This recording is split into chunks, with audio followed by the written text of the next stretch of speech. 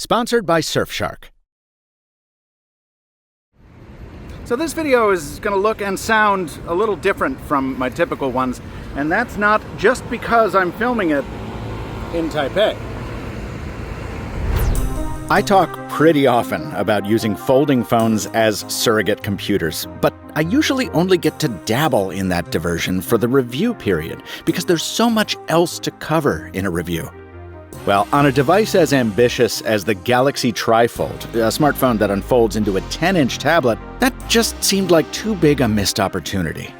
So when Google took me to Taiwan to tour some of its hardware labs and testing facilities, stay tuned, I decided to leave my MacBook in the hotel room for the whole week and use the TriFold as my mobile workstation instead. And I know that's been sort of done to death, but I didn't stop at drafting documents in Samsung DeX. Instead, starting on the go and ending back home, I pushed the TriFold to its limits in order to find out how powerful it is, what accessories you need to expose its full potential, and honestly, just to have a little fun. Not to mention the most important reason for climbing a mountain. And that is? Because it's there.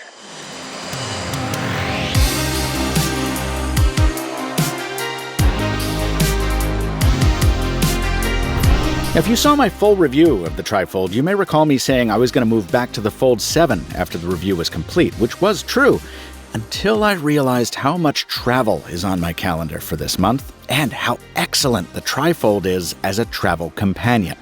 Deployed, it's bigger than some seatback screens, which came in handy for binging downloaded YouTube videos and devouring ebooks on my Wi-Fi-free 13-hour flight to Taipei. Yeah, thanks, Delta. But if you're going to use the TriFold for creation instead of just consumption, you need the right peripherals. Key among them, the keyboard.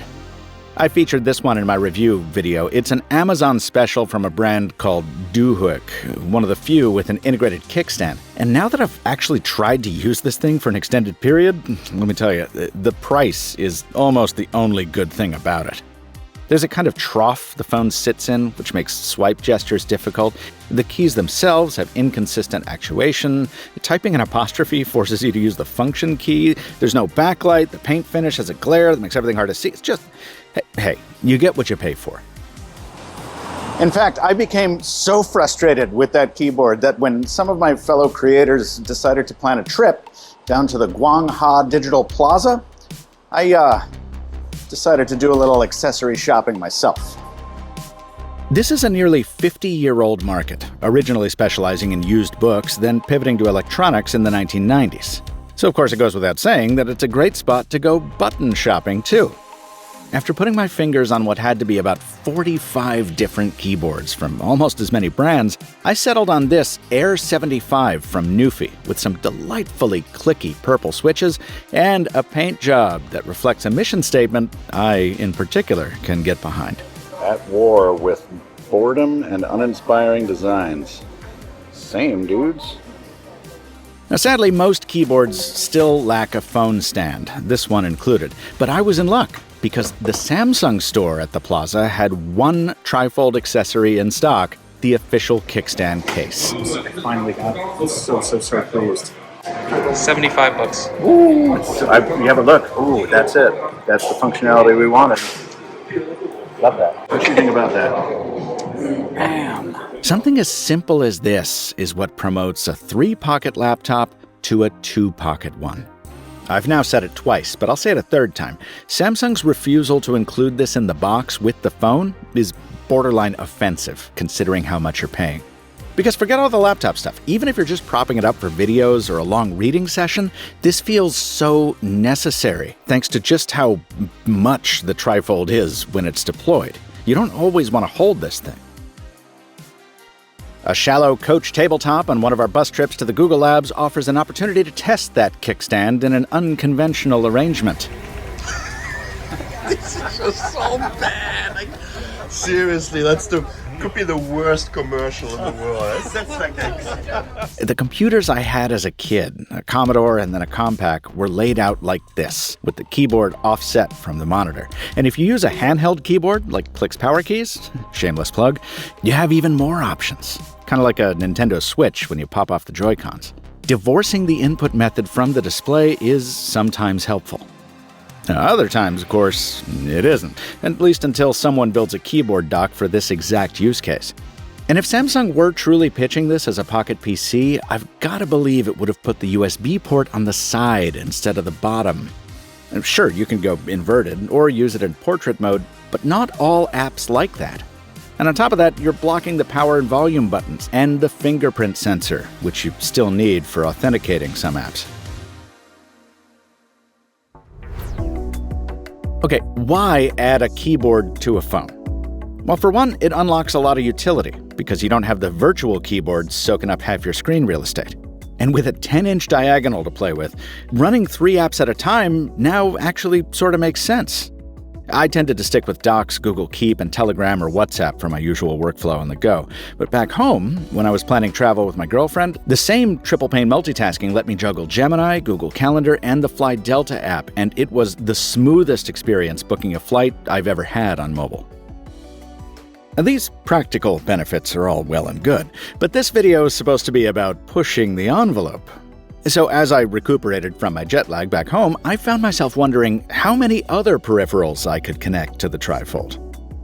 Bluetooth makes the basics pretty easy. A OnePlus Watch 3 keeps me up to date with alerts when the phone is put away in a pocket. For precision pointing, I rely on a Microsoft ergonomic mouse for home and an Arc mouse for the road. For audio on the go, I'm using earbuds and headphones from Nothing, and for the home workstation, a Beats pill that puts out a surprising amount of oomph.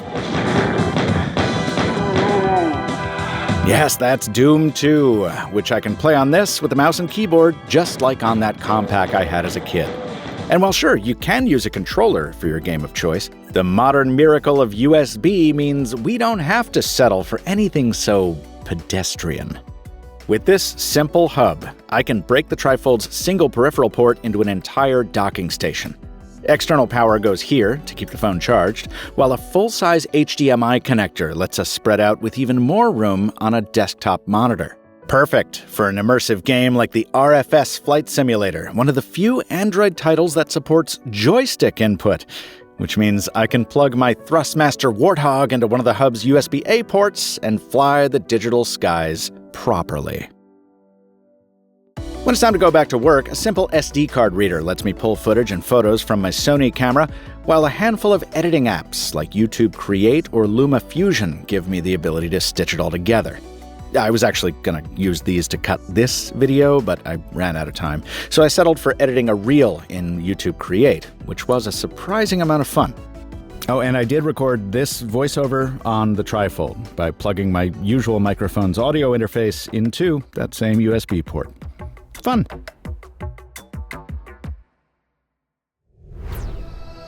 But like I said in my TriFold review, this has a long way to go before it can be called a true laptop replacement. Yes, even when you take Samsung DeX into account.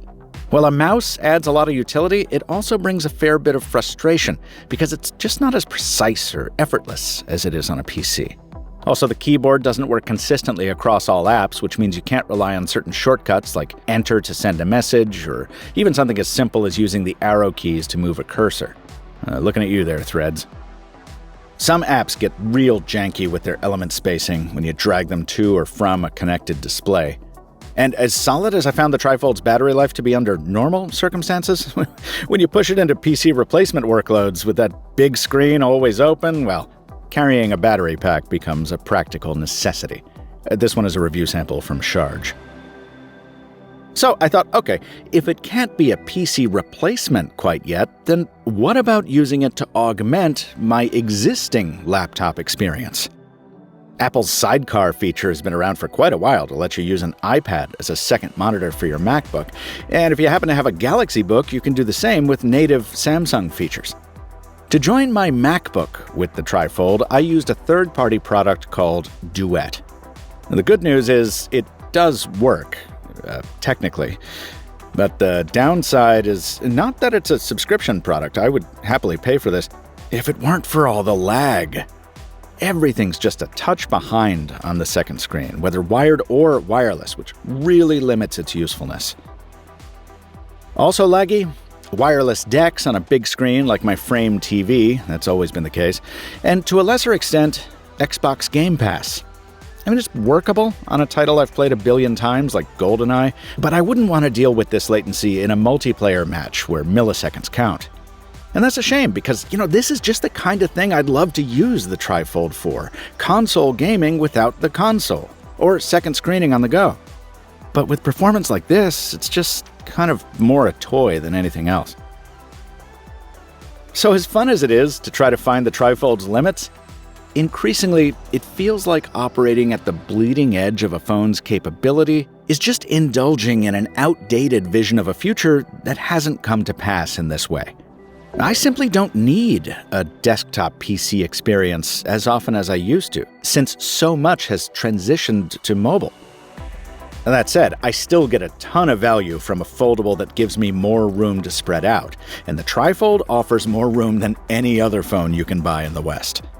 In fact, I've gotten so used to the additional acreage that I'm actually not sure I can downgrade to a bifold like I thought I would.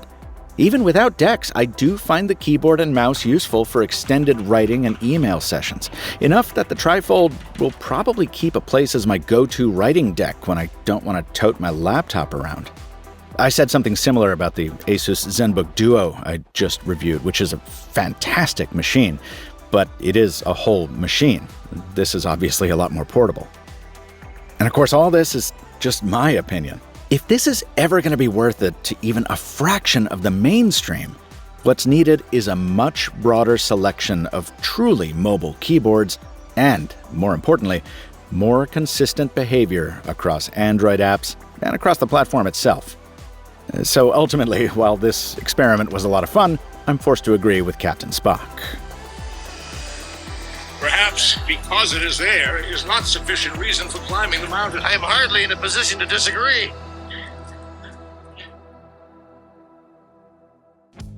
I used to think VPNs were only for people doing shady stuff online, until I started spending over 100 days a year on the road. This video is sponsored by Surfshark, which I use to keep my browsing between me and the site I'm visiting. Why does that matter? Well, it lets me keep watching my favorite shows even when I'm out of the country. It lets me shop in the currencies I'm used to, bank the same way I always do, and for the same selection of content I'm used to seeing.